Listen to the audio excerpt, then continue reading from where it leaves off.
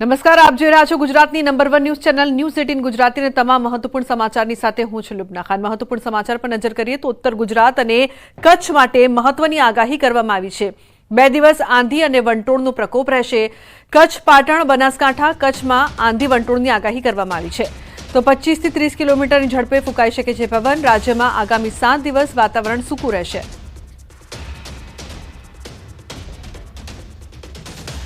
सात दिनों के लिए ड्राई वेदर प्रिवेल करेगा और मैक्सिमम टेम्परेचर की बात करेंगे तो आने वाले 5 दिनों के लिए maximum temperature no large change में रहेगा। और डस्ट स्टॉर्म की बात करेंगे तो सौराष्ट्र, कच्छ, पाटन, सुरेंद्रनगर और बनासकांठा के लिए आने वाले 3 दिनों के लिए डस्ट स्टॉर्म की वार्निंग दी गई है। और इनलैंड रीजन पे गुजरात स्टेट में स्ट्रांग सरफेस विंड प्रिवेल करेगी आने वाले 3 दिनों के लिए, जिसकी विंड की स्पीड होगी 25 से 30 किलोमीटर पर आवर। तो 4 जूने લઈને હવામાન વિભાગની આગાહી। 4 જૂને રાજ્યમાં વાતાવરણ સૂકું રહેશે।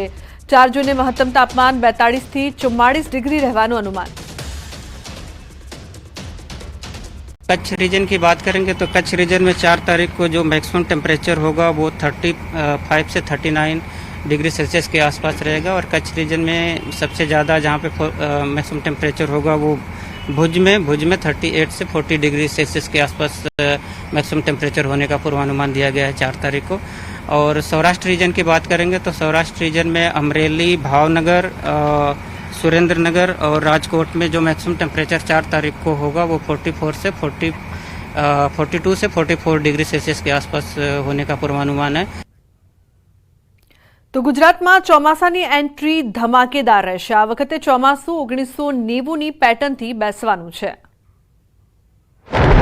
રાજ્યમાં ચોમાસું ધમાકેદાર રીતે એન્ટ્રી કરશે। ચોમાસાને લઈને હવામાન નિષ્ણાંત અંબાલાલ પટેલે જોરદાર આગાહી કરી છે।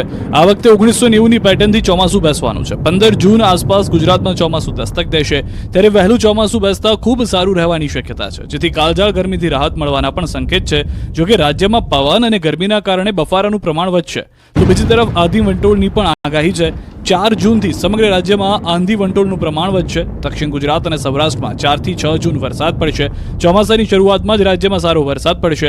એમાં પણ સુરત, વલસાડ, નવસારી, તાપી, આહવા, ડાંગમાં સારો વરસાદ પડશે। તો દ્વારકા, જૂનાગઢ, જામનગર, અમરેલી, ગીર સોમનાથ, ભાવનગર, પોરબંદરમાં પણ સારા વરસાદની આગાહી કરી છે। અમદાવાદ અને ગાંધીનગરમાં 18 થી 20 જૂન વચ્ચે વરસાદની આગાહી છે। અંબાલાલ પટેલે જુલાઈ અને ઓગસ્ટમાં ભારે વરસાદની આગાહી કરી છે। તો હવે વાત કરીશું લોકસભાના અંતિમ તબક્કાના મતદાનની।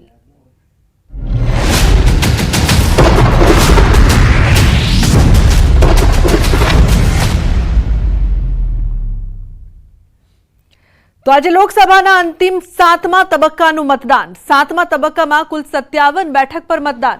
8 રાજ્યની 57 બેઠક પર મતદાન। 10 કરોડ લોકો કરશે મતાધિકારનો ઉપયોગ। 10.9 લાખ મતદાન કેન્દ્ર પર મતદાન થઈ રહ્યું છે। પ્રધાનમંત્રી નરેન્દ્ર મોદીનું ભાવિ ઈવીએમમાં થશે સીલ। પીએમ મોદી વારાણસીથી ત્રીજી વાર મેદાને છે। 6 કેન્દ્રીય મંત્રી, 1 પૂર્વ મુખ્યમંત્રી પણ મેદાને, ત્યારે 4 અભિનેતાઓ પણ મેદાને છે। કંગના રનૌત, રવિ કિશન મેદાને, તો પવનસિંહ, કારાકાટ, કાજલ નિષાદનું ભાવિ પણ ઈવીએમમાં સીલ થશે। 57 બેઠક પર 904 ઉમેદવારો મેદાને છે। પંજાબમાં સૌથી વધુ 328 જેટલા ઉમેદવારો મેદાને। યુપીમાં 144, પશ્ચિમ બંગાળમાં 124, બિહારમાં 134 ઉમેદવારો મેદાને ઉતર્યા છે। તો છત્તીસગઢમાં 19, હિમાચલ પ્રદેશમાં 37, ઝારખંડમાં 52, ઓડિશામાં 66 ઉમેદવારો મેદાને ઉતર્યા છે।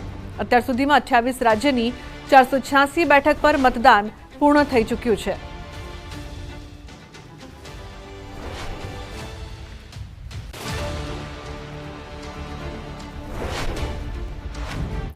તો લોકસભા ચૂંટણીના 7મા અને અંતિમ તબક્કાના મતદાન માટે પીએમ મોદીએ ટ્વીટ કરીને અચૂક મતદાન કરવા માટે અપીલ કરી છે। તેમણે ટાંક્યું છે કે આ તબક્કામાં તમામ મતદારોને મારી અપીલ છે કે લોકતંત્રના આ મહાપર્વમાં જોશથી ભાગ લે। મને વિશ્વાસ છે કે યુવાનો, મહિલા મતદારો મતદાન માટે રેકોર્ડ તોડશે। આવો સાથે મળીને લોકતંત્ર વધુ જીવંત બનાવીએ। તો મહત્વનું છે કે પીએમ મોદીએ ટ્વીટ કરીને તમામ લોકોને અચૂક મતદાન કરવા માટે અપીલ કરી છે। યુવાનો, મહિલાઓને રેકોર્ડ બ્રેક મતદાન કરવા માટે પણ પીએમએ ટ્વીટના માધ્યમથી અપીલ કરી।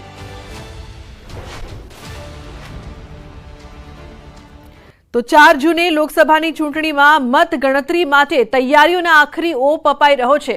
વડોદરામાં 98 ટેબ્લો ઉપર 19 રાઉન્ડમાં મતગણતરી થશે. શહેરની પોલિટેકનિક કોલેજ 4 તારીખે પોલીસ છાવણીમાં ફેરવાશે. મતગણતરી સ્થળે 400 પોલીસ જવાનોને ચુસ્ત બંદોબસ્ત ગોઠવાયો છે, જેમાં 290 જવાનો ટ્રાફિક અને પાર્કિંગની વ્યવસ્થા સંભાળશે. કાઉન્ટિંગ સેન્ટરની અંદર મોબાઈલ લઈ જવા પર પ્રતિબંધ ફરમાવવામાં આવ્યો છે.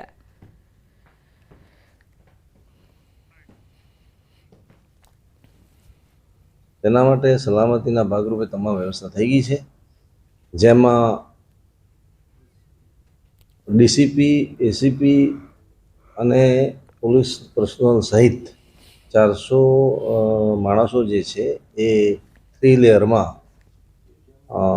બંદોબસ્ત જાળવશે, જે 3 લેયરમાં ગોઠવવામાં આવેલો છે. એક બિલ્ડિંગની અંદર કે જે કાઉન્ટિંગ થવાનું છે, બિલ્ડિંગની બહાર ઇનર સાઇડ અને બિલ્ડિંગ પ્રિમાઇસીસની બહાર મેઇન ગેટ અને પાર્કિંગ. તો કેન્દ્રીય ગૃહમંત્રી અમિત શાહ આજે અમદાવાદ આવશે. સવારે સોમનાથ મંદિરે દર્શન કરીને બપોરે અમદાવાદ આવવા માટે તેઓ રવાના થશે. ગઈકાલે પણ અમિત શાહે સોમનાથ દાદાના દર્શન કર્યા હતા. ગૃહમંત્રી અમિત શાહ પરિવાર સાથે તેમણે ધ્વજા પૂજા કરી. સોમનાથ ટ્રસ્ટે ગૃહમંત્રીનું મોમેન્ટો આપીને સ્વાગત કર્યું હતું. અમિત શાહે ગંગાજળનો જળાભિષેક પણ કર્યો હતો. આ સમયે સાંસદ રાજેશ ચુડાસમા, સોમનાથ ટ્રસ્ટના ટ્રસ્ટી જેડી પરમાર, ઝવેરીભાઈ ઠકરાર, મહેન્દ્ર પીઠિયા સહિતના અગ્રણીઓ પણ ઉપસ્થિત રહ્યા છે. જે બાદ તેઓ સોમનાથ સર્કિટ હાઉસમાં રોકાયા હતા.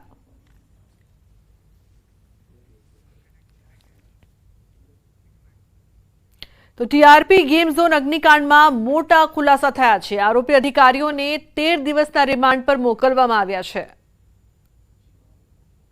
રાજકોટના ટીઆરપી ગેમ ઝોન અગ્નિકાંડમાં મોટા ખુલાસા થયા છે. ગેમ ઝોનનું બાંધકામ ગેરકાયદે હોવાનું અધિકારીઓ પહેલાથી જ જાણતા હોવાનો ખુલાસો થયો છે. એસઆઈટીએ કોર્ટમાં કરેલી રજૂઆત પ્રમાણે આ પહેલા પણ ગેમ ઝોનમાં આગ લાગી ચૂકી છે. 4 સપ્ટેમ્બર 2023ના રોજ પણ આગ લાગી હતી. તે સમયે ફાયર ઓફિસર રોહિત વિગોરા હાજર હતા. ઓફિસરને ખબર હતી કે એનઓસી અનિવાર્ય છે, તેમ છતાં ફાયર ઓફિસર તે સમયે કોઈ પગલાં ન લીધા. પહેલીવાર આગ લાગી ત્યારે યુવરાજસિંહ સોલંકી પણ સ્થળ પર હાજર હતો. આ મામલે કોર્ટમાં સ્પેશિયલ પબ્લિક પ્રોસિક્યુટર તુષાર ગોકાણીની દલીલ છે. 6 જૂન 2023ના રોજ મનપાએ સ્ટ્રક્ચર તોડીને પાડવા નોટિસ પણ આપી હતી, તેમ છતાં ટીપીઓએ કાર્યવાહી ન કરી. સ્ટ્રક્ચર તોડવાને બદલે વધારવામાં આવ્યું, ત્યારે અધિકારીઓના આશીર્વાદથી ગેમ ઝોન ચાલતું હોવાનું સામે આવ્યું. યુવરાજસિંહ અને મહાનગરપાલિકાના અધિકારી મળેલા હોવાનો પણ પુરાવો છે. ત્યારે એ પણ સવાલ છે કે મનપા અધિકારીને ગેરકાયદે બાંધકામની જાણ હતી, તેમ છતાં લોકોના જીવની પરવા કેમ ન કરી? દબાણ શાખા કેમ દબાણ ન હટાવ્યું? હાલ આ કાંડમાં જવાબદાર આરોપી અધિકારીઓને 13 દિવસના રિમાન્ડ પર મોકલાયા છે. Suspended station fire officer Rohit Vigora, ATPO Mukesh Makwana, suspended ATPO Gautam Joshi તેમજ મહાનગરપાલિકાના પૂર્વ town planning officer MD Sagathiya 12 જૂન સુધી રિમાન્ડ પર છે. તો રાજકોટ અગ્નિકાંડમાં સૌથી મોટો ખુલાસો થયો છે. ટીપીઓ એમડી સાગઠિયાની અધધ મિલકત સામે આવી છે. રાજકોટ મહાનગરપાલિકામાં એક જ જગ્યાએ નોકરી કરતા ટીપીઓ સાગઠિયાની કરોડોની મિલકત સામે આવી. અગ્નિકાંડની તપાસ કરી રહેલી એસઆઈટી ઉચ્ચ અધિકારીઓની પૂછપરછ કરી રહી છે, જેમાં ટીપીઓ એમડી સાગઠિયાની પણ પૂછપરછ કરાઈ. એમડી સાગઠિયાની રાજકોટ ગોંડલ ચોકડી અને વીરપુરમાં અનેક જગ્યાએ પ્રોપર્ટી હોવાના ખુલાસા થયા. જેતપુર રાજકોટ નેશનલ હાઈવે ચરખડી પાસે વિશાળ જગ્યામાં આધુનિક સુવિધાવાળું ફાર્મ હાઉસ પણ મળ્યું છે. આ ઉપરાંત સાગઠિયાની અનેક જગ્યાએ જમીનો, પેટ્રોલ પંપ, બંગલા હોવાનું પણ અનુમાન લગાવવામાં આવ્યું છે. એસીબીએ એમડી સાગઠિયાની રાજકોટ સહિત તમામ જગ્યાએ મિલકતની તપાસ શરૂ કરી. 50,000 થી 60,000 પગારદાર પાસે આટલી સંપત્તિ ક્યાંથી આવી તે મોટો સવાલ. તો બીજી તરફ અગ્નિકાંડમાં સસ્પેન્ડેડ પીઆઈનું પણ નિવેદન લેવાયું. વીઆર પટેલનું નિવેદન નોંધીને તેમને મુક્ત કરાવાયા હતા. સાથે જ તત્કાલીન પીઆઈ જેવી ધોળા અને વીએસ વણઝારાની પણ પૂછપરછ કરાઈ. તપાસની આ કડીમાં રાજકોટ ગેમ ઝોનનો વધુ એક વિડીયો પણ સામે આવ્યો, જેમાં આગની દુર્ઘટના અગાઉનો ઘટનાક્રમ નજરે પડ્યો. વિડીયોમાં ગેમ ઝોનમાં વેલ્ડિંગની કામગીરી ચાલી રહી છે, જેમાં 3 લોકો કામ કરતા દેખાય છે. બાજુમાં જ ટાયરોનો જથ્થો પડ્યો છે. ફોર્મની શીટોનો જથ્થો પણ વિડીયોમાં નજરે પડ્યો. ત્યારે તપાસમાં આ વિડીયો એક મહત્વનો પુરાવો સાબિત થઈ શકે છે. અને મહત્વપૂર્ણ સમાચારની વાત કરીએ તો વડોદરામાં ફાયર સેફટી અંતર્ગત ધાર્મિક સ્થળો પર પણ તપાસ હાથ ધરાઈ છે, જેમાં અટલાદરા બીએપીએસ મંદિર, Waghodia road gurdwara, Sun Pharma road લાલ ચર્ચમાં તપાસ કરવામાં આવી. જેમાં માંડવી જુમ્મા મસ્જિદમાં પણ ફાયર સ્ટેશન ઓફિસર અમિત ચૌધરીએ માંડવી જુમ્મા મસ્જિદનું નિરીક્ષણ કર્યું. તપાસમાં જુમ્મા મસ્જિદમાં ફાયર સેફટીની સુવિધાનો અભાવ જોવા મળ્યો હતો. સેફટીના સંસાધનો તેમજ ઇમરજન્સી એક્ઝિટ છે કે કેમ તે બાબતે નિરીક્ષણ કરવામાં આવ્યું. તપાસમાં જુમ્મા મસ્જિદમાં ઇમરજન્સીમાં બહાર નીકળવાનો કોઈ દરવાજો દેખાયો નહોતો, જેના કારણે નોટિસ અપાઈ હતી. ફાયર સેફટી મામલે ધાર્મિક સ્થળને નોટિસની રાજ્યમાં આ પ્રથમ ઘટના છે.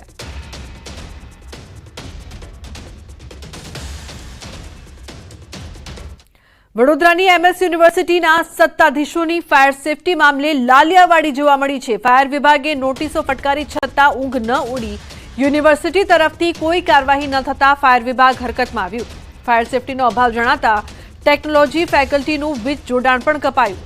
હવે તમામ ફેકલ્ટીની 32 બિલ્ડિંગના વીજ જોડાણ કપાશે. વીજ જોડાણ કપાતા રઘવાયા થયેલા વીસી રજિસ્ટ્રાર મનપા કમિશનરને મળવા માટે દોડ્યા હતા. યુનિવર્સિટીમાં ત્વરિત ફાયર સેફટીની સુવિધા ઊભી કરવા સ્પષ્ટ સૂચના અપાઈ. જો બીજી ફેકલ્ટીમાં વીજ જોડાણ કપાશે તો સર્જાશે મોટી મુશ્કેલી. યુનિવર્સિટીમાં પ્રવેશ અને પરિણામ તૈયાર કરવાની કામગીરી અટવાઈ શકે છે.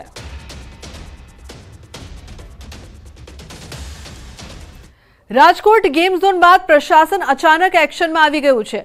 ઠેર ઠેર ફાયર સેફટીની ચકાસણી કરવામાં આવી રહી છે. ત્યારે ન્યૂઝ 18 ગુજરાતીની ટીમે અમદાવાદ ગ્રામ્યમાં આવેલા બાવળામાં ફાયરની સુવિધા અંગે રિયાલિટી ચેક કર્યું હતું. આ રિયાલિટી ચેકમાં સામે આવ્યું કે સ્થાનિક પ્રશાસન હજુ પણ ઘોર નિંદ્રામાં છે. મહત્વનું છે કે બાવળામાં અનેક કેમિકલ કંપની આવેલી છે, જેમાં આગ લાગી તો તે આગને બુઝાવવા કોઈ ફાયર સાધન કામ લાગે એવું નથી. ફાયર માટે જે વાહન બાવળા નગરપાલિકા પાસે છે તે વાહન વર્ષોથી વણ વપરાયેલી હાલતમાં જોવા મળ્યું.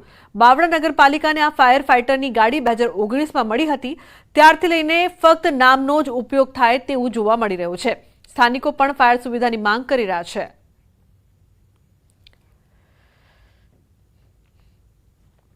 અમારે ધોળકા, અમદાવાદ, સાણંદ તે પ્રમાણે અમારે વ્યવસ્થા કરવી પડતી હોય છે. જે અડધો પોણો કલાકના સમયના અનુસંધાને એ લોકો બાવળા આવતા હોય છે અને પછી અમારી આ ફાયરની સુવિધા પૂરી પડતી હોય છે. તો એ બાવળા તાલુકા લેવલે અમારે જે જોઈએ છે તે મળતું નથી. આ સિવાય આવું પણ નાનું ફાયર પણ અમારા બાવળા નગરપાલિકાની બાજુમાં ત્યાં પડેલ છે. તે પણ આનથી નાનું છે, તે કાણા પડી ગયા છે. એનો જે પૂરતો સ્ટાફ જે હોવો જોઈએ એ પણ છે ને એ બાવળાની અંદર. તો એનાથી આ સુવિધાથી અમે વંચિત રહી ગયા છે. તો આ લેવલે સરકારે કંઈક આગળની પરિસ્થિતિને ધારાધોરણ પ્રમાણે આગળ વધે અને અમને બાવળા તાલુકા લેવલે અમને કંઈક આપે, જેની અમે માંગણી કરી રહ્યા છીએ. ન્યૂઝ 18ની ટીમ જે છે તે બાવળા નગરપાલિકા વિસ્તારની ફાયરની સુવિધાની રિયાલિટી ચેક કરવા માટે પહોંચ્યું છે. પરંતુ અહીંયા ફાયરના પણ દર્દના દ્રશ્યો જે છે તે જોવા મળી રહ્યા છે. આ ફાયર આગ બુઝાવવા માટેનું વાહન છે, પરંતુ દ્રશ્યો તમારી સામે જ છે. આ દ્રશ્ય જોતાં જ તમને ખબર પડે કે આની સિચ્યુએશન કેવી છે. એક પણ લાઇટ નથી. જે ફાયરની જે ગાડીઓ જે છે તે કાટ ખાઈ ચૂકી છે, તૂટી જાય તે પ્રકારની સ્થિતિની અંદર જોવા મળી રહી છે. એટલે કે આગ લાગે તો આ વાહન ફક્ત ને ફક્ત શોભાના ગાંઠિયા સમાન હોય તે પ્રકારે લાગી રહ્યું છે. એના ટાયર તમે જુઓ તો ટાયર પણ સાવ ખવાઈ ગયા હોય તે પ્રકારના દ્રશ્યો જે છે તે જોવા મળી રહ્યા છે. સાથે સાથે તમામ પ્રકારની જે સુવિધા જે છે તે ફક્ત ને ફક્ત વણ વપરાયેલી હોય, જ્યારથી હોય તે પ્રકારની સિચ્યુએશન જે છે તે જોવા મળી રહી છે. એટલે કે ન તો આ ફાયરની વાહનની અંદર કોઈ પણ પ્રકારની વ્યવસ્થા જે છે તે જળવાયેલી છે કે ન તો કોઈ પણ પ્રકારની સુવિધા હોય તે પ્રકારના દ્રશ્યો જે છે તે જોવા મળી રહ્યા છે. કાટ ખાઈ ગયું છે, વણ વપરાયેલું વર્ષોથી પડ્યું છે. અહીંના સ્થાનિક લોકોનું આ પ્રમાણેનું કહેવું છે. આ પ્રકારના દ્રશ્યો જે છે તે જોવા મળી રહ્યા છે કે જ્યાં ફાયરના વ્યક્તિઓ આવે, ફાયર માટેની કામગીરી કરે તો પણ કેવી રીતે કરે તે પ્રકારની સિચ્યુએશન હાલ તો આ ફાયરના વાહન થકી જોવા મળી રહી છે. અહીંયા છાસવારે આગના બનાવો બને છે, પરંતુ અહીંયા બહારથી એ ફાયરના વાહનો મંગાવવા પડે છે અને બહારથી ફાયર જે છે તે કંટ્રોલ કરવા માટેની કવાયત હાથ ધરવી પડે છે. આ ફક્ત ને ફક્ત આ પ્રકારનું વાહન જે છે તે જોવા મળી રહ્યું છે. ન તો અહીંયાથી પાણી નીકળી શકે તે પ્રકારની વ્યવસ્થા છે. તમામ જે ઇક્વિપમેન્ટ જે છે તે કાટ ખાઈ ચૂક્યા છે. વર્ષોથી આ જે સાધન જે છે તે અહીંયા જોવા મળી રહ્યું છે. જો કે અહીંયા જે પ્લેટ લાગેલી છે તે પ્લેટમાં પણ કંઈ પણ જોવા ન મળે તે પ્રકારની સિચ્યુએશન જે છે તે પણ જોવા મળી રહી છે. 2009ની અંદર આ ઇન્ફ્રાસ્ટ્રક્ચર આવ્યું છે અને ત્યારબાદ વણ વપરાયેલી હાલતમાં પડ્યું હોય તે પ્રકારની દ્રશ્યો જે છે તે જોવા મળી રહ્યા છે. આ ફાયર છે, આ ફાયરની સુવિધા છે. આ બાવળા નગરપાલિકાને મળેલી આ ફાયરની સુવિધા છે. હવે તમે જ કહો કે કેવી રીતે આ ફાયરનું જે સાધન જે છે તે કામ કરશે અને અહીંયા કેવી રીતે આગ બુઝાવશે તે પ્રકારના પ્રશ્નો જે છે તે ખડા કરી રહ્યા છે. કેમેરા પર્સન હરીશ શર્મા સાથે ગૌતમ શ્રીમાળી, ન્યૂઝ 18 ગુજરાતી, બાવળા. નગરપાલિકા દ્વારા પોતાનું નવું મોટું વોટર બ્રાઉઝર એની વ્યવસ્થા કરી છે, જે આગામી 15 થી 20 દિવસમાં નગરપાલિકાને સુપરત થશે. તો જામનગરમાં કોર્પોરેશનની ટીમે ઠેબા ચોકડી નજીક એક રેસ્ટોરન્ટને ફાયર સેફટીના અભાવે સીલ કર્યું હતું. ત્યારબાદ રેસ્ટોરન્ટ માલિકે નિયમોને નેવે મૂકીને રાત્રે ફરી રેસ્ટોરન્ટ ચાલુ કરી દીધી હતી, જેને લઈને જામનગર મહાનગરપાલિકાએ રેસ્ટોરન્ટ માલિક સહિત 3 લોકો સામે પોલીસ ફરિયાદ નોંધાવી છે. પોલીસે સરકારી આદેશની અવગણના કરવા બદલ 3 લોકો સામે ગુનો દાખલ કરીને વધુ તપાસ હાથ ધરી છે. આ ગુનાના કામે 3 આરોપી વિરુદ્ધમાં અત્યારે હાલ ફરિયાદ દાખલ કરવામાં આવેલ છે, જેમાં હોટલના માલિક છે જીતેન્દ્રભાઈ અને હોટલના મેનેજર શ્રી વિશાલ કોટક અને વિરેન બોરાના વિરુદ્ધ ગુનો દાખલ કરેલ છે. Welcome back. સમાચારમાં આગળ વાત કરીએ તો દાહોદમાં ભૂમાફિયાઓ બેફામ બન્યા છે. નકલી કચેરી બાદ વધુ એક મોટું કૌભાંડ સામે આવ્યું. દાહોદમાં નકલી કચેરી બાદ જમીનમાં નકલી હુકમો સામે આવ્યા છે. ભૂમાફિયાઓએ જોરદાર તિકડમ લગાવ્યું. ભૂમાફિયાઓએ જમીનના એનેના નકલી હુકમો બનાવ્યા હોવાનો ખુલાસો થયો. જમીન નકલી એને કરી પ્લોટિંગ કરાયું અને તેનું વેચાણ પણ થઈ ગયું અને અધિકારીઓ ઊંઘતા રહ્યા.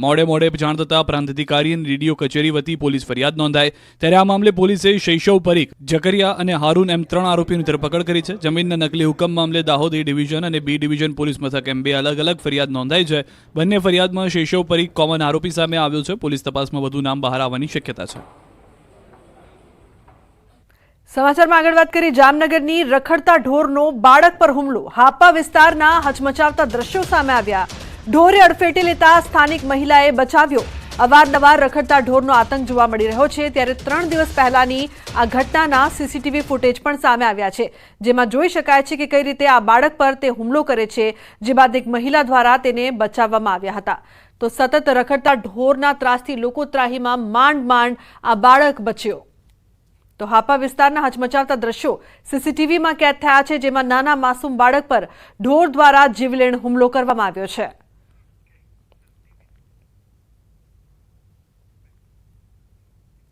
જામનગરમાં રખડતા ઢોરના ત્રાસથી લોકો ત્રાહીમામ પોકારી ઉઠ્યા છે. મહાનગરપાલિકાની ચૂંટણી ઢંઢેરામાં ઢોરના ત્રાસથી મુક્તિની વાત કરાઈ હતી, પરંતુ શહેરમાં ઢોરની સમસ્યા જેવી ને તેવી જ છે. શહેર ભાજપ કાર્યાલય આવેલું છે તે વિસ્તારમાં જાહેર રોડ પર રખડતા ઢોર જોવા મળી રહ્યા છે.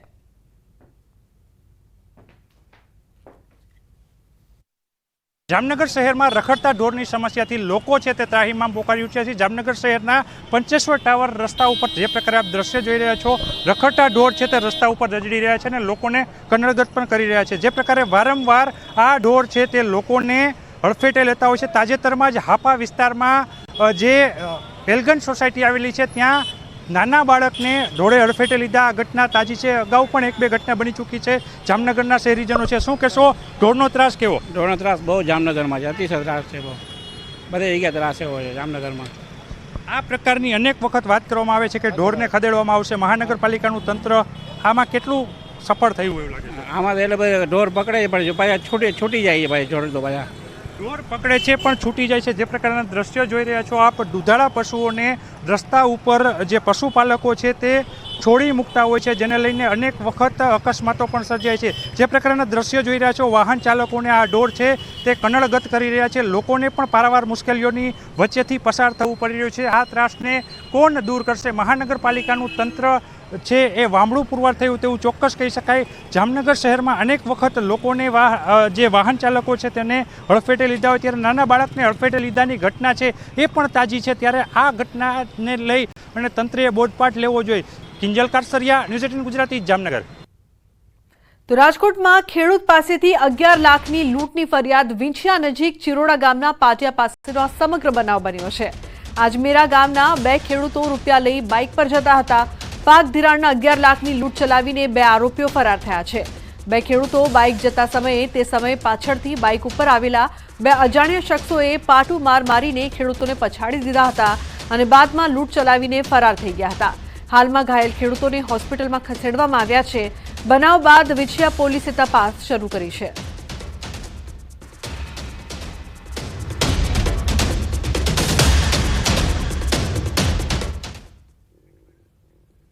તો અમદાવાદમાં કાર ચાલકો બેફામ બનતા જઈ રહ્યા છે. ઘટના થલતેજ વિસ્તારની છે, જ્યાં એક સગીર કાર ચાલકે પૂર ઝડપે કાર ચલાવીને કિશોરીને અડફેટે લીધી હતી। ઘટનાની જાણ થતાં જ આસપાસના લોકો એકઠા થઈ ગયા હતા અને સગીરને ઝડપીને પોલીસ હવાલે કર્યા। સ્થાનિકોનો દાવો છે કે આ કાર ચાલક છેલ્લા 3-4 દિવસથી અહીં બેફામ રીતે કાર ચલાવે છે।